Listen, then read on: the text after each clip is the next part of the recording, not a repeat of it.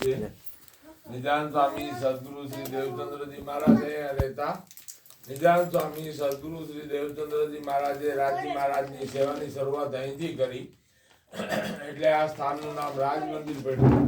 જે ડાબી બાજુ જે રાજ સમાધિની સેવા છે એ નિજાન સ્વામી સદગુરુ શ્રી દેવચંદ્રજી મહારાજ પોતે જે સેવા કરતા એ સેવા છે. આપણા પ્રણામી સંપ્રદાયમાં મૂર્તિ સેવા નથી, પરંતુ વસ્ત્ર સેવા છે. જે આકાશ માર્ગેથી આવેલી દિવ્ય વસ્ત્ર સેવા નિજાન સ્વામીએ તાતમને નીજ મળ્યા પછી એ બે ચાંદીના બીબાની અંદર પધરાવી અને રાજ સમાધિની સેવાની શરૂઆત અહીંથી કરી. પહેલું જે બીબું જે રાજજી મહારાજનું છે એની અંદર આ ટાઈપની વસ્ત્ર સેવા છે, અને બીજું જે બીબું છે એ સામાજી મહારાજજીનું છે, એની અંદર આ ટાઈપની વસ્ત્ર સેવા છે. દરેક પ્રણામી મંદિરમાં શ્રીમુખવાણીની ઉપર સેવા થાય છે, પણ આ એક જ મંદિર એવું છે કે જ્યાં નિજાન સ્વામી સદગુરુ શ્રી દેવચંદ્રજી મહારાજે જ્યારે રાજ સમાધિની સેવાનો આરંભ કર્યો ત્યારે શ્રીમુખવાણીનો ઉદ્ભવ હતો નહીં. એટલે એમણે જે રીતે રાજ સમાધિની સેવાનો આરંભ કર્યો એ રીતે અહીંયા રાજ સમાધિની સેવા થાય છે, અને શ્રીમુખવાણીની સેવા અલગ થાય છે. બાજુમાં જે રાધા કૃષ્ણની મૂર્તિની સેવા છે એ આપણા પ્રણામી ધર્મની શોધ પહેલા નિજાન સ્વામીના માતા પિતા મતુ મહેતા અને માતા કુંવરબાઈ જે સેવા કરતા એમની સ્મૃતિમાં આજે પણ અહીંયા સેવા થાય છે. આ જગ્યાએ નિજાન સ્વામીએ જામનગરના નગર શહેર શ્રી ગાંધીભાઈને સૌથી પહેલો તારતમ્ય પ્રદાન કરી અને પ્રણામી ધર્મની શરૂઆત અહીંથી કરી. આ એ સમયના બધા જૂના ફોટાઓ છે. ઓલા 3 ફોટા આપજો.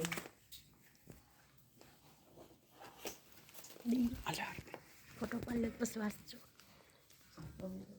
લાવો એક મિનિટ.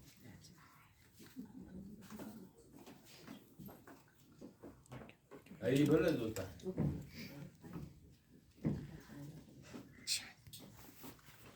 અંદરથી બીજો બાંધજો.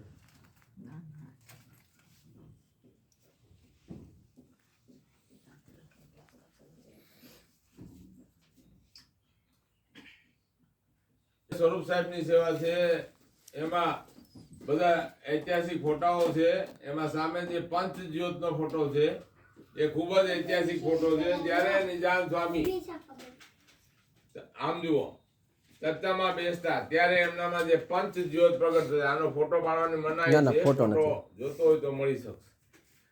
જ્યારે નિજાન સ્વામી ચર્ચામાં બેસતા ત્યારે એમનામાં જે પંચ જ્યોત પ્રગટ થતી, શ્રી રાજજી મહારાજ, શ્રી શામાજી મહારાણી, ધની શ્રી દેવચંદ્રજી, કૃષ્ણ, રાજ સ્વરૂપ કૃષ્ણ, સુંદરબાઈ, લાડબાઈ, ઇન્દ્રાવતી, કેસરબાઈ, ઠક્કરજી મહેરાજ, માના સ્વામીજી, પ્રાણનાથજી, ઠક્કર ઉદ્ધવજી, ઠક્કર કરશનજી, ઠક્કર અમરસિંહ અને ધામની સખીઓ છે. જે પંચ જ્યોતના અલૌકિક સ્વરૂપથી નિજાન સ્વામી બિરાજમાન થતા અને એ અલૌકિક સ્વરૂપના દર્શન કરતા પ્રાણનાથજી આ રીતે હાથ જોડીને ઉભા રહેતા. એ દસ્યુવાળો ફોટો આપણે અહીંયા જ જોવા મળી શકશે. કોઈ સુંદર સાથને લેવો હોય તો નિછાવર 20 રૂપિયા છે. આ નિજાન સ્વામીનો ઢોલિયો છે, જ્યાં નિજાન સ્વામી રાત્રે આરામ કરતા. નીચે નિજાન સ્વામીનો ધ્યાનનો ઓરડો, માતા પિતાનો ઓરડો, ધામ ગમનનો ઓરડો અને તિજોરી છે. તિજોરીનો ઇતિહાસ છે કે ત્યાં ભેટ લગાડી અને 1/11 ભાગ લઈ ઘરે રાખવાથી ખૂબ જ વૃદ્ધિ થાય છે. એ તિજોરી નીચે ધ્યાનના ઓરડામાં છે.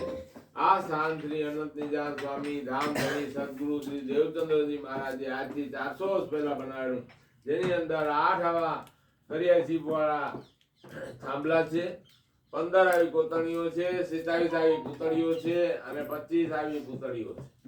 નિજાન સ્વામી પછી એમના પુત્ર બિહારજી મહારાજ હતા. બિહારજી મહારાજને કોઈ સંતાન હતા નહીં. એમના બેન જમનાબેનના 2 પુત્રો હતા, પરમાનંદજી અને બાલચંદ્રજી. પરમાનંદજી મહારાજના પરિવારની ગાદી ચાકલા મંદિરમાં ચાલે છે, અને આ બાલચંદ્રજી મહારાજ જે હરીસા નીચે ફોટો છે એના પરિવારની ગાદી અહીંયા ચાલે છે. પ્રણામ. અમે 3 ફોટા બહાર પાડેલા છે. સૌથી પહેલો તારતમ્ય મંત્ર નિજાન સ્વામીએ સામે અહીંના નગર શેઠ શ્રી ગાંધીભાઈને પ્રદાન કરી અને પ્રણામી ધર્મની શરૂઆત અહીંથી કરી. એના નિછાવ 10 રૂપિયા છે. આકાશ માર્ગેથી આવેલી દિવ્ય વસ્ત્ર સેવા નિજાન સ્વામીએ તારતમ્યની નીધ મળ્યા પછી આ 2 ચાંદીના બીબાની અંદર પધરાવી અને રાજ સમાધિની સેવાની શરૂઆત અહીંથી કરી. એટલે આ સ્થાન નામ રાજ મંદિર પડ્યું અને ત્યારથી પ્રણામી સંપ્રદાયમાં વસ્ત્ર સેવાનો આરંભ થયો. એનું વર્ણન પાછળ લખેલું છે. એના નિછાવ 20 રૂપિયા છે. અને પંચ જ્યોતનું વર્ણન મેં આપણે સમજાવ્યું અને પાછળ લખેલું છે. એના નિછાવર પણ 20 રૂપિયા છે. કોઈ સુંદર સાથને ફોટા જોતા હોય તો લઈ શકે છે. આ ફોટા અહીંયા જ મળી શકે.